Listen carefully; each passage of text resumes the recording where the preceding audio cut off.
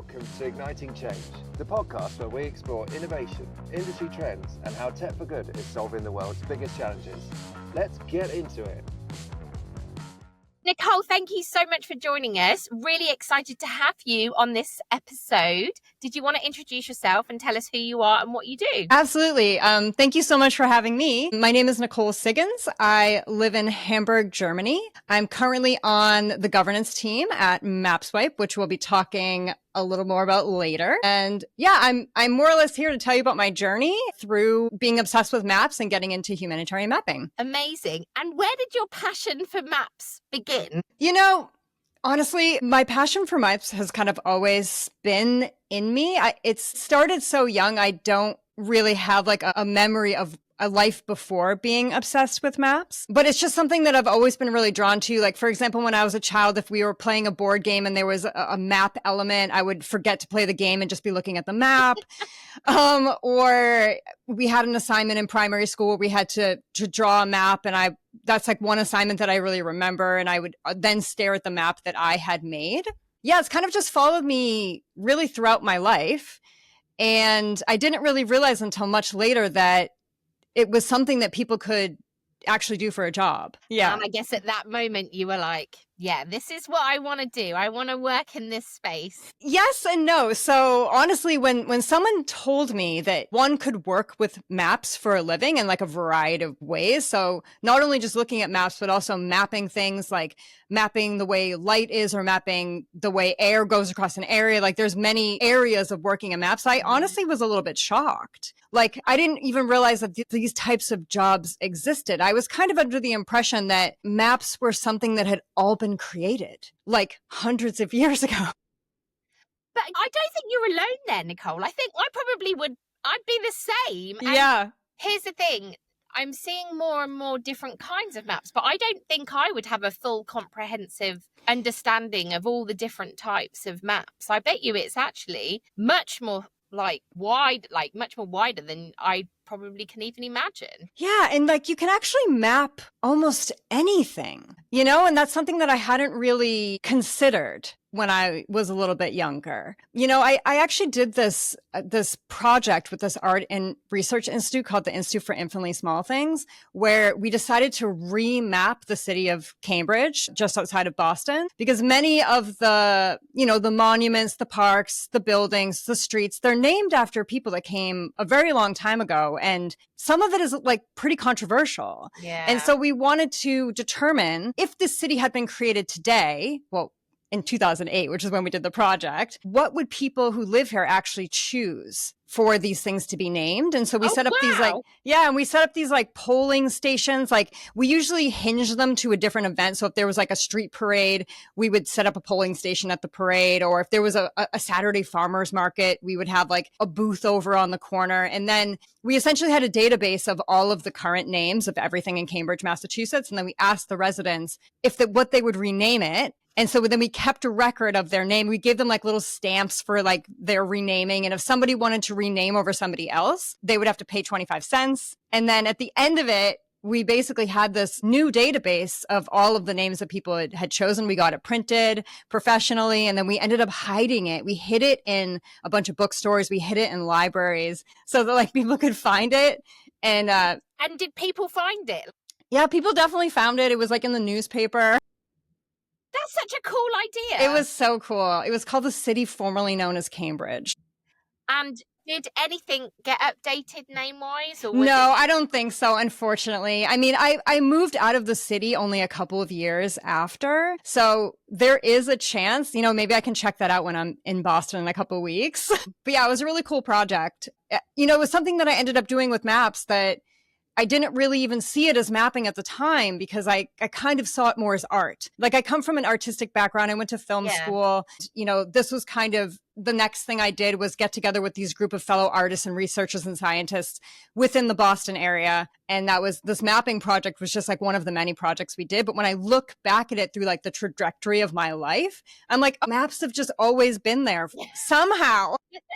I can't escape. You from the creative world into humanitarian mapping. Like, I feel like that I mean, you talk about it so fluidly and it fits, but like, Yeah. I still feel like there's a jump there. You know, a little bit. So I left Boston. So at one point I decided, you know, I grew up in Boston. I was still in Boston, and Boston's the type of place where a lot of people come in internationally. There's a lot of schools, and even nationally. You just end up meeting a lot of people who aren't from Boston.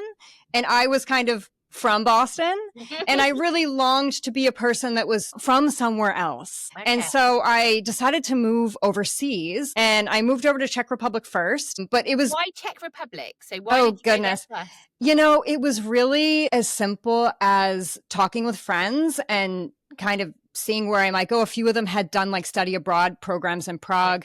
And then it was Googling things like visa, English, Yeah. like American, where is a place I can go to get a visa that will work. So it wasn't necessarily so much that I chose Czech Republic as my final destination. It was always intended to just be like a landing spot, which is why I really only lived there a year. But I did love living in Czech Republic. I feel like I don't regret a moment of living there. But when I moved away from kind of everything I knew and my network and my community, I more or less landed in teaching. So I had gotten like a TEFL certification before I left, and I ended up working with small children, which was a lot of fun. How And small are we talking? so I started out with kids who were basically 2 to 6. Oh, wow. So super young. Really super young, super sweet. And then I continued with this trajectory. So a year later, I moved up to Berlin, Germany, and I continued working with kids. But I also I tutored adults. I did a lot of private tutoring at like people's houses. Like they would have me come over and I'd like teach the son and then teach the daughter, like that type of stuff. So I was kind of like not really thinking about maps at that point. But a couple years later, I got an email. Somebody had found the Institute for Infinitely Small Things on the internet, and they lived in the Philippines, and they wanted us to come to University of Western Mindanao in Zamboanga City to essentially teach a course to students on creative thinking and more or less our work. Yeah. And so I took the opportunity and went there, and I ended up with 2 other members of the Institute leading a workshop on what essentially was maps. So we ended up like going around the campus, and the students mapped things like haunted places or, you know, places where, you know, people went to hide or places where people went to study. So things that you wouldn't really think about on a navigational map. And then I remember thinking like, no matter what is happening in my life, I always end up back with maps. You know, and so this is actually around the time where somebody had said to me, like, you know, you could potentially make a career out of maps. I'd moved far away. I was a little bit lost. I wasn't really sure like which direction I should go with a career. So this was kind of an interesting and exciting proposition. So I started taking like GIS courses on Coursera and just kind of like getting more involved, like in thinking about this as a career choice. And around that time, I saw an event on meetup.com for a missing maps event that was going to have free pizza. And I didn't know what missing maps was. I didn't know anything about this, but I thought that sounded like a pretty good deal. And so free pizza. So free pizza. It's actually like a really common part of the mapathon. It's like you have to have that pizza. And so I ended up going. It was like at Wikimedia Deutschland. And I learned all about, like I got an account on the Hot Tasking Manager. It was essentially a mapathon. But at the time I had no idea like what any of this was. And I didn't really even fully understand that like the Hot Tasking Manager was different than OpenStreetMap. You know, it was like just a one afternoon event. And I basically, after that, I left and I kind of promptly forgot about it. Okay. You know, I just wasn't really thinking about it. And then I ended up getting involved in a community in Berlin called Map Time Berlin. It was essentially like a data viz type of meetup, but all map stuff. And it was kind of loosely connected to a university in Potsdam, which is a small suburb outside of Berlin, where there's a design school. And so a lot of people came and kind of, it was a lot of futuristic projects, you know, about what could be or, you know, what Berlin was like and what could happen in the future and stuff like this. And I ended up becoming a core organizer for this group with a couple other folks. And that essentially was like going online and looking for cool people doing cool stuff with maps and then kind of cold writing them and saying, do you want to talk at Map Time Berlin? And a lot of them said yes. So then I was kind of like in this mappy world even though it wasn't necessarily a career. And around that time, two of the co-organizers had just gotten back from State of the Map in Milan. And I was like, what is State of the Map? And they were like, oh, it's like OpenStreetMap's global conference. And so the next year it was actually in Heidelberg, Germany, which is relatively close to Berlin, Germany, if you think about the whole world. And so I decided to go. And at the time, the Humanitarian OpenStreetMap team had this annual summit that they did. They called it the Hut Summit. And they had decided to kind of back it on to State of the Map. So I was like, well, if I'm going to be there for State of the Map, I might as well go to this Hut Summit. And the Hut Summit was honestly better than the State of the Map. I mean, they were both great conferences, but they had flown a lot of people in who were actually using the map data. And then I remembered that event that I'd gone to years prior. And I was like, oh, I recognize this. Like, I've done this before. I actually have an OpenStreetMap account, that I'd completely forgotten about. And yeah, it kind of like revived my interest and honestly just reminded me that they existed. And yeah, I mean, shortly after that, basically this was 2019. So shortly after that, two things happened. I ended up moving from Berlin to Hamburg, and then the pandemic began. So then I was like in a new place.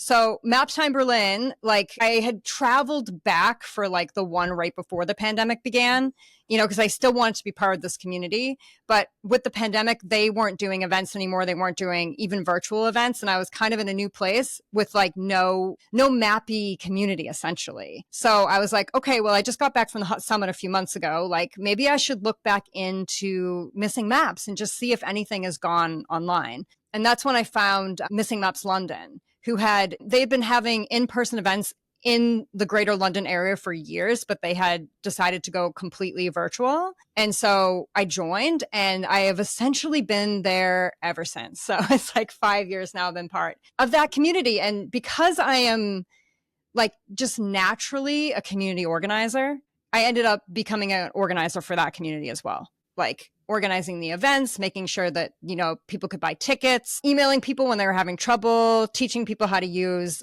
the ID editor, which is like OSM's default editor, teaching people how to use the hot tasking manager, teaching people how to use JAWSM, and honestly being just like a welcoming voice, which is something that's always really come naturally for me. And what I have been doing with Maptime as well is just really welcoming beginners into the space, which then kind of connected back to being a preschool teacher, because it's kind of all the same skill set in a strange way. So that's kind of how it began. So then how did you end up working, Hot with Hot and becoming, I guess, part of the governance team for Yeah. Maptime? Yeah. So it kind of, so the trajectory kind of continues, right? So I was doing a lot of things with Missing Maps London. And around that time, a volunteer position opened up at Doctors Without Borders, where they were looking for someone to create a Missing Maps resource hub for their internal staff. So it was essentially for like MSF mapping champions to run events for newbies. So because I'd been doing lots of Missing Maps stuff and I was like a core member of Missing Maps London, I was like, this is a great opportunity. And so I was accepted, which was very exciting. And then, I worked with MSF to essentially create this internal resource hub that have different pages for like different reasons you might have a mapping event. So if it's for students, if it's for corporate volunteers, like there were different pages for that, depending on which group you wanted to target, essentially, for their needs. And so that was fantastic. And then while I was doing that, so I ended up getting a role as an admin and volunteer coordinator for a small NGO called Truth the Association. And they created an open source application that uses OpenStreetMap data to plot informal transportation in areas of the world where like buses don't really go on a strict route, or they come at certain times, or you just need to like wave them down when they pass. They created an app for this. So this was kind of like my first array into like paid employment in the OpenStreetMap universe. And then while I was doing this, I also, just through being part of MSF as a volunteer and working with Missing Maps London, I also joined the HUT Community Working Group, which is basically a group that anyone can join where you like hear more about what's happening in different communities and how there was like different webinars you could run about data quality and data validation or colonialism and open mapping and things like this. Yeah. So I was doing all of these things in my life, a lot of them volunteer. And then a job came up at HUT that was more or less training large groups of corporate mappers to use the HUT tasking manager, which was something that I was already doing in my fun time. So you were like, well, why not combine it? I was like, well, I might as well apply for this job because I'm already doing it and I like it. And so that's kind of how it happened. And it was honestly a situation where I felt like I already knew at least 25% of my colleagues. You know, it was like a type of position that when I arrived officially as an employee, it was like walking into my own living room, essentially. I feel like it was designed for you. Like, I know. Very I kind of feel that way too. Yeah. And then through my work with the humanitarian OpenStreetMap team, because I was leading, you know, large groups of corporate mappers, and a lot of them were using MapSwipe as well. I started getting involved in the MapSwipe community, kind of like alongside my role. And I knew a lot of the people over there as well, because they were also part of Missing Maps. And, you know, there's just a lot of overlap. And then the more that I got to know them and the more that I worked with MapSwipe and the more that I worked with newbie volunteers, I actually became kind of obsessed with MapSwipe. And I was like, this is actually kind of an exceptional tool for beginners, because OpenStreetMap is one of those things that's like deceptively difficult. Mm-hmm. Like it seems super easy on the surface, you know, when you're at a mapping event and you're like, oh, all I need to do is trace a building. But like, it's often not that simple, but you don't find out how complex and complicated it is until you're in it for like a year. And then you think back on like all the things that you actually did incorrectly. And I was interested in this tool, this MapSwipe tool that could essentially also be used to show beginners, like, what does the world look like from a satellite? Or what does a well-mapped building in OpenStreetMap actually look like? And be able to contribute in these ways that were a little less, I don't know if risky is the right word, but it was just a nicer and more smoother on-ramp. And I think some of the feedback that I received when I was training, because I've probably run close to 1,000 mapping events, like between working at HUT and Missing Maps London, like it's probably close to 1,000, if not over 1,000. And some of the feedback that I saw over and over again was that people felt a little nervous while they were mapping, and they weren't totally sure that they weren't doing something terrible. And it kind of, you know, they had fun during the event, but it wasn't necessarily something they were going to continue to do in their free time. Mm-hmm. And I feel like MapSwipe really perfectly fit that gap. So for those listening, and those listening might be passionate about maps or curious, but they might not know what MapSwipe is. And I will say, Nicole and I had a really random exchange. We were on a call, and I don't even know how you were talking about MapSwipe. And I'm like, I use MapSwipe. Like, what are the chances of that? And I will say, I wish I knew loads about maps. I don't. But I had been to an event, maybe, I can't remember what event it was. And I guess like part of the warm up, if you like it was like an icebreaker almost. I can't remember how they integrated it into the group. And there was quite a lot of us. Mm-hmm. We were asked to download MapSwipe, and then we did it. And then I remember using it with the team here at Three Sided Cube. Yeah. When we were having, I don't know, when we were kind of like bonding with each other and talking about it, because it's tech for good. It's great. what it is. And you kind of alluded to it, but talk about what the product is. And I guess if you know, like, how it came about. Because I think you're right. It's like the gateway into this world, because it is super easy to do. Mm-hmm. It hooks you. It does. That is what it's like. Gamification. 100%. Like, I feel like I'm playing a game. Like I'm using my phone. Maybe it's because I'm addicted to my phone. I don't know, but I'm using it. But I'm using it for good. Like I definitely have a feel good feeling once I've completed something, and I'm like, oh, okay. And I did one this morning, and it was great. And nice. What? 4 minutes? 5? It didn't take long at all. Yeah, it's built for micro volunteering essentially. Yeah. Right? Yeah. So let me tell you a little bit about what MapSwipe is and a little bit about its history. And if you have any questions, just let me know. Okay. So MapSwipe began as an idea, as all things do, in 2016 as part of some funding from MSF. So at the time, there had been a project that was put on the HUT tasking manager that was in a very, very rural area. And so the task was essentially to map buildings. But because this area was so rural, like the volunteers were getting square after square on the hot tasking manager that didn't have any buildings in it. And it was leading to a lot of like volunteer fatigue. So MSF had come into some money and they were like, well, what if we build this tool that's like a mobile phone app and that's kind of almost like Tinder? It's like swiping, but for like a good cause instead of like feeling kind of poorly about yourself. And we can use it to essentially put these areas into this app, and then volunteers can swipe and tap where they see the feature. So in this case, the buildings.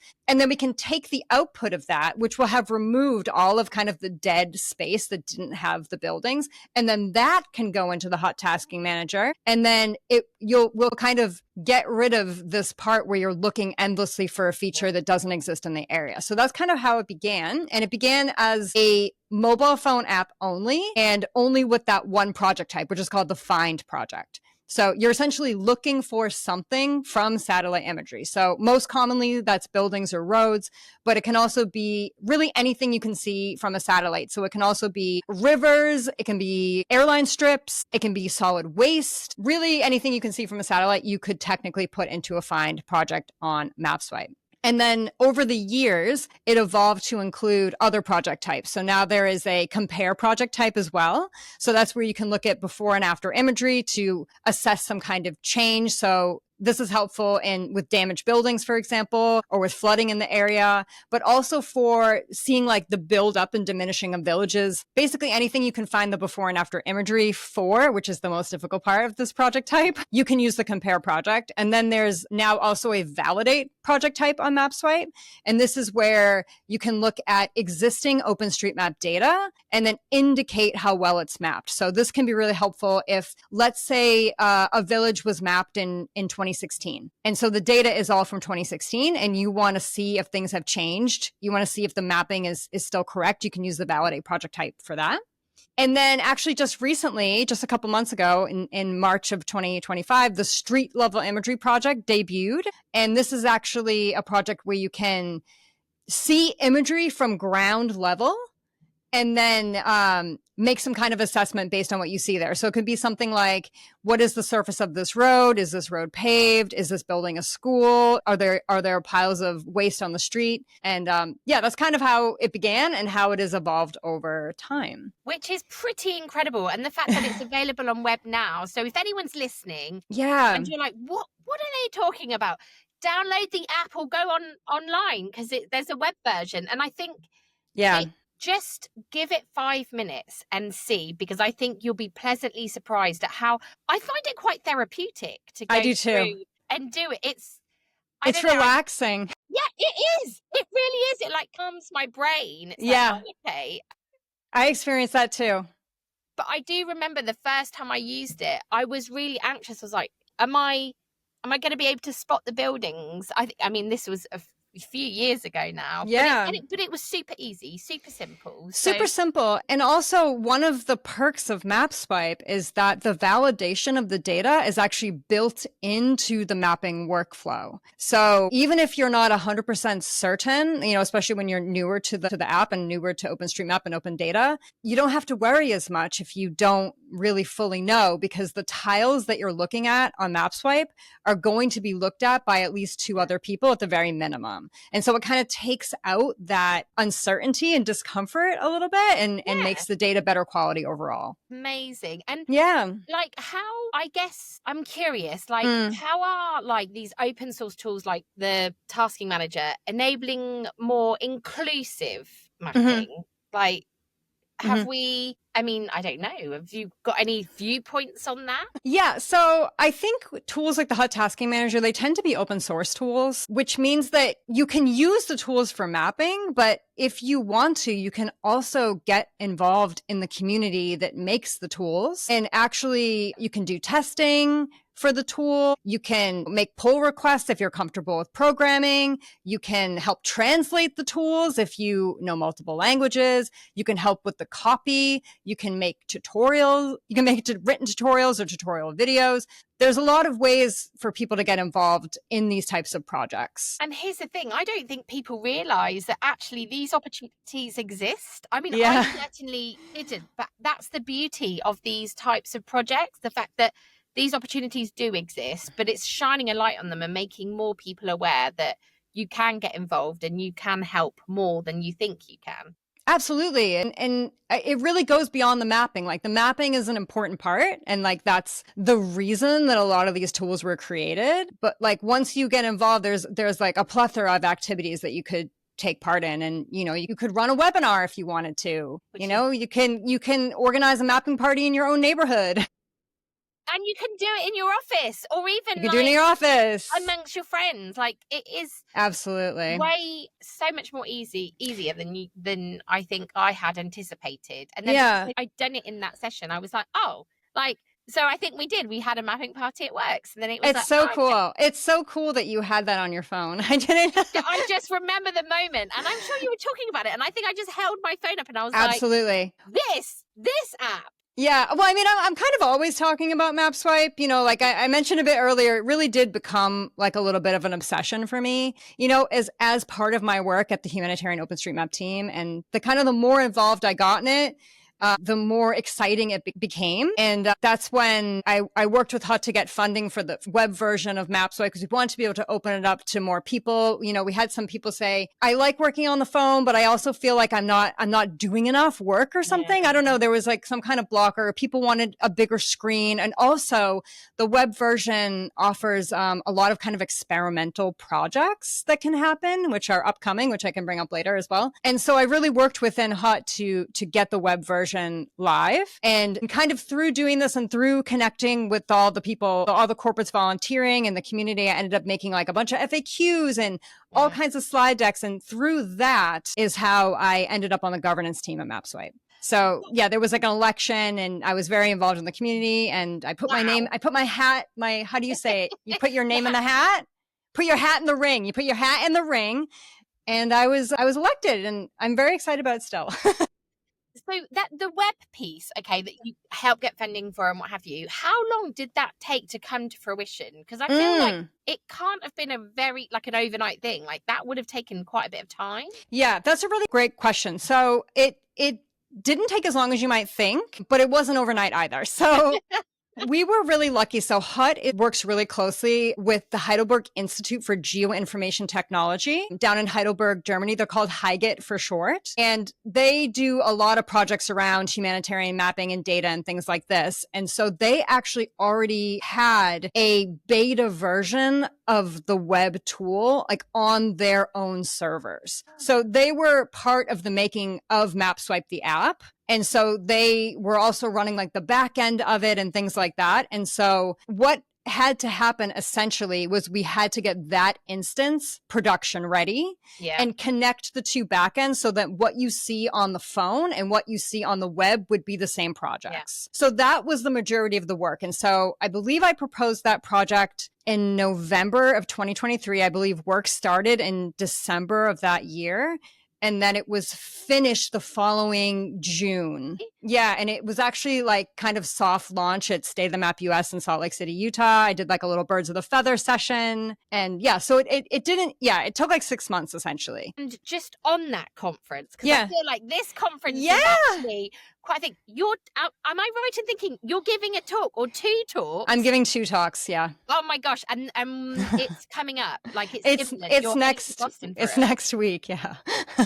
And what are you talking about? Can you tell us, or is it secret? No, I can definitely tell you. So the first talk is my journey through the world of like gazing at maps to ending up working in humanitarian action, which is some of what I've told you here today. But it is essentially, how I was obsessed with maps and ended up being on the governance team of MapSwipe is more or less the talk. And then the second talk is very MapSwipe focused. It's on essentially the future of MapSwipe in the greater ecosystem of OpenStreetMap. So right now, MapSwipe is not part technically of OpenStreetMap. It's got like its own database. So you can use it as like a supplementary tool, but it is not its own editor. Like you can't add something in MapSwipe that goes directly into OpenStreetMap, but there's some discussion on if MapSwipe itself could become an OSM editor at some point, and if some type of machine learning could be part of that journey. I was going to ask you about AI because talking about this, there's so much evolvement and noise around machine learning, AI, whatever terms you want to use. But there must be a way in which we can lean on this technology a little more to help the purpose of this. I am also a bit like, but people enjoy doing it, so you don't want to take away from the enjoyment of doing it. So have you had any discussions or thoughts around how that might shape things in the future? 100%. This is actually why I am doing this talk at State of the Map, because like these discussions are happening with the MapSwipe community. It's happening kind of in the greater mapping and humanitarian space, but there is a lot of hesitation within basically all of the communities involved. Yeah. And so we're kind of at this crossroads where we're kind of looking and we know the future is going to incorporate some of this. Like it's already happening, but how do we want that to go? And who do we want to actually be part of that? And then who essentially owns that process in the end? Yeah. Because all these tools are open source, right? And we end up using things that are not open source. Like, for example, if you're thinking about OpenStreetMap as a tool, we're using imagery to map. We're using Microsoft Bing. We were using Maxar, and like those are not things that we own. And there have been like several struggles over the years with having access to imagery. And so, I know that HUT is developing the drone tasking manager where people can set up their own drones and then they own their own imagery. So all this to say is that like this kind of is part of the same discussion and debate about who will own this in the end, and then, I think this is true of all jobs that machine learning is touching, is that if you have machine learning doing all of the quote basic bits, then how do newcomers get involved in the project? And how do people actually advance to the next level when we take everything that a former new person to the project would have done and we give that to a machine? So like, what is the balance essentially between using these tools for good because they can help us, and especially in a humanitarian crisis where you really could use that data more quickly to bring supplies more quickly or to get people out of an area more quickly. Like, what is the balance between using that for that and also making sure that we don't take away our own training opportunities and don't make ourselves as mappers and humanitarian volunteers redundant? It's such a hard balance to get right. And I don't think anyone in any sector has the answers to this these kind of questions right 100%. Now. I think everyone's just trying to navigate together, but I mean, it's hard. It's really hard. It really is hard. And so my talk on MapSwipe at State of the Map US is going to be like a beginning of opening that debate. So letting the greater OSM community, or at least the community in the US, know that this is what we're thinking and that we want them to know about it. We don't want this to be some kind of like secret that we're hiding, and we want them to be part of the discussion, and we don't know everything. And if we are going to do this, if it is going to become a reality, we want to do it in a responsible way. And like, let's kind of start talking about it.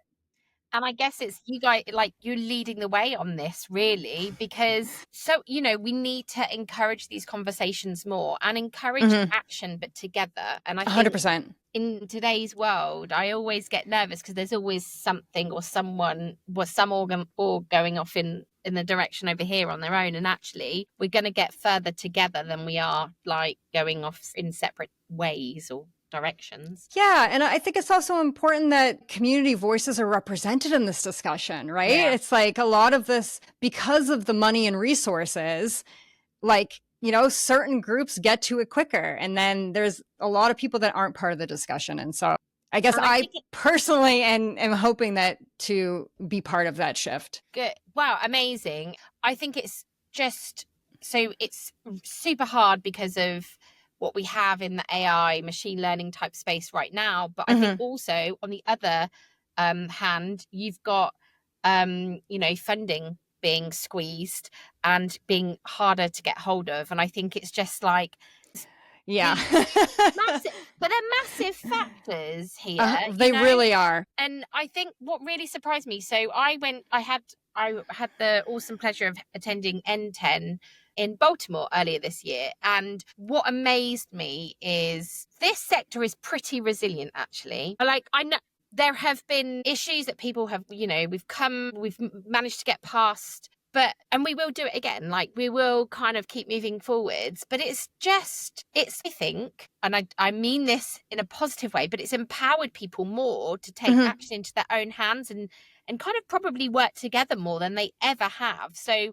yeah, I would be hopeful that there should be some positive progress in this space, rather than us kind of coming to a standstill and waiting for the machines to take over, maybe. Totally. I think we're in a very transitory time. It'd be really interesting to like look back on this conversation in a year and like see what has changed.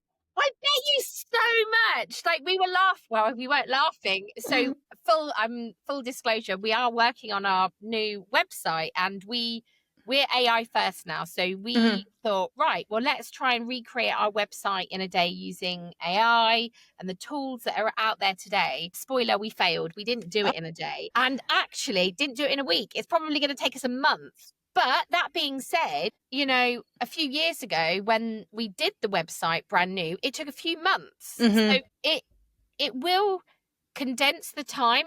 It will make things more efficient. But right now, because there's so much change and learn with the tools in themselves, the team, what do we say? It makes the hard easy and the easy hard. So you can get like 80-90% of the way really quickly. Yeah. Actually, that final bit is really hard because you got to kind of like stitch things together and work out how things work together in a way that we've never done before.